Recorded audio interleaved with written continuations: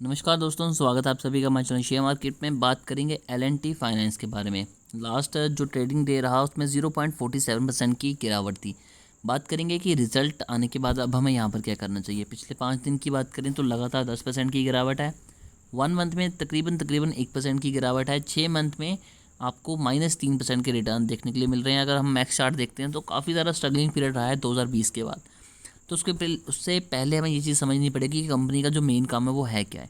तो उसके लिए हम चलते हैं कंपनी की वेबसाइट के ऊपर। तो हम ट्राई तो कर रहे हैं कंपनी की वेबसाइट पे आने के लिए, लेकिन कंपनी की वेबसाइट रिस्पॉन्स नहीं कर रही है, जैसा कि आप यहाँ पर देख पा रहे हैं। लेकिन बेसिकली काम करते हैं कि कंपनी काम क्या करती है। तो कंपनी लोन प्रोवाइड करती है, फाइनेंस का काम करती है। तो ये एक ऐसा काम है जो सदियों से चलता हुआ आ रहा है और आगे भी चलेगा। लेकिन कंपनी का बिजनेस इतने ज़्यादा अच्छे नहीं चल रहे हैं। कुछ चीज़ें हैं, अब वो चलते हैं इनके बैलेंस शीट के ऊपर और जो रिजल्ट आए थे उसके बारे में बात करते हैं। तो हम आ चुके हैं कंपनी की जो Q2 के रिजल्ट आए हैं उनके ऊपर। यहाँ से हमें थोड़ा सा आइडिया पड़ जाएगा कि अब हमें यहाँ पर क्या रणनीति रखनी चाहिए। तो हम आ चुके हैं रिजल्ट के ऊपर। जब तक मैं आपको रिजल्ट दिखा रहा हूँ, अगर आप चाहें तो चैनल को सब्सक्राइब कर सकते हैं अगर आपको वीडियो अच्छी लग रही है तो। बात करते हैं जो नंबर्स की, तो वो इन करोड़ में हो गए, तो इस चीज़ का ध्यान रखिएगा। यहाँ पर काफ़ी तरह की इनकम्स होती हैं, जैसे रेवेन्यू फ्रॉम ऑपरेशन की कंपनी जो काम करती है, वहाँ से कंपनी कितना प्रॉफिट गेन कर रही है, interest income, dividend income, total revenue from operation, other income, total income. तो जो टोटल इनकम कंपनी की निकल के आई है वो निकल के आ रही है 26 करोड़, जो कि पिछले क्वार्टर में 31 करोड़ थी। तो एक चीज़ तो हम क्लियरली ये कह सकते हैं कि कंपनी की जो इनकम है वो कम हुई है, और वो कम हुई है कोविड की वजह से। और भी चीज़ें हैं, यहाँ पर कंपनी के बिजनेस पे काफ़ी ज़्यादा इम्पैक्ट पड़ना चाहिए था। लेकिन जैसे कि अब इकोनॉमी रिकवर कर रही है, तो यहाँ पर बात करें बजाज फिनसर्व की, बजाज फाइनेंस की और फाइनेंस कंपनियों की, तो उनके रिजल्ट काफ़ी ज़्यादा इंप्रूव हुए हैं। तो यहाँ पर हम निराश हो सकते हैं कि रिजल्ट इतने ज़्यादा अच्छे नहीं आए हैं।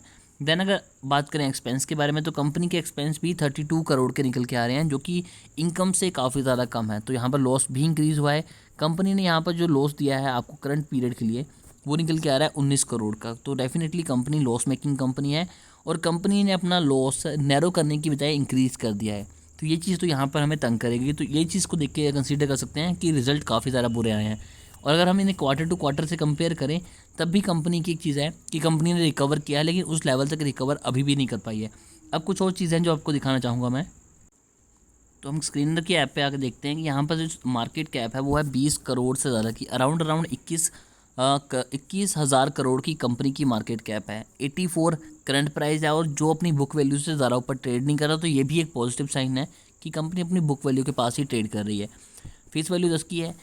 रिटर्न ऑन इक्विटी यहाँ पर अमूमन अगर 15-16 से हो तो हम उसे पॉजिटिव वे में कंसीडर करते हैं, लेकिन यहाँ पर 5.80 यानी कि हम बोल सकते हैं कि 6 है, जो कि इतनी ज़्यादा अच्छी नहीं है। रिटर्न ऑन कैपिटल एम्प्लॉयड की बात करें तो 7.86 है, यानी कि बोल सकते हैं कि ठीक है, लेकिन अभी भी काफ़ी ज़्यादा कम है। ऐसे टाइम पे अगर आप यहाँ पे इन्वेस्टमेंट करना चाहते हैं तो मैं आपको एडवाइस दूंगा कि बड़ी इन्वेस्टमेंट काफ़ी ज़्यादा रिस्की हो सकती है।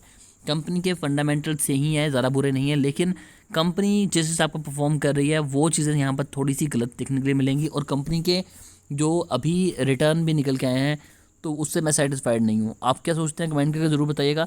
और मैं आपको एडवाइस नहीं दूंगा यहाँ पर फ्रेश बाइंग करने के बारे में, क्योंकि अगर आप यहाँ पर अपना पैसा फंसाते हैं तो शायद आपका पैसा यहाँ पर कुछ टाइम के लिए फंस सकता है। तो प्लीज़ ऐसे शेयर से थोड़ा सा बच के रहिए।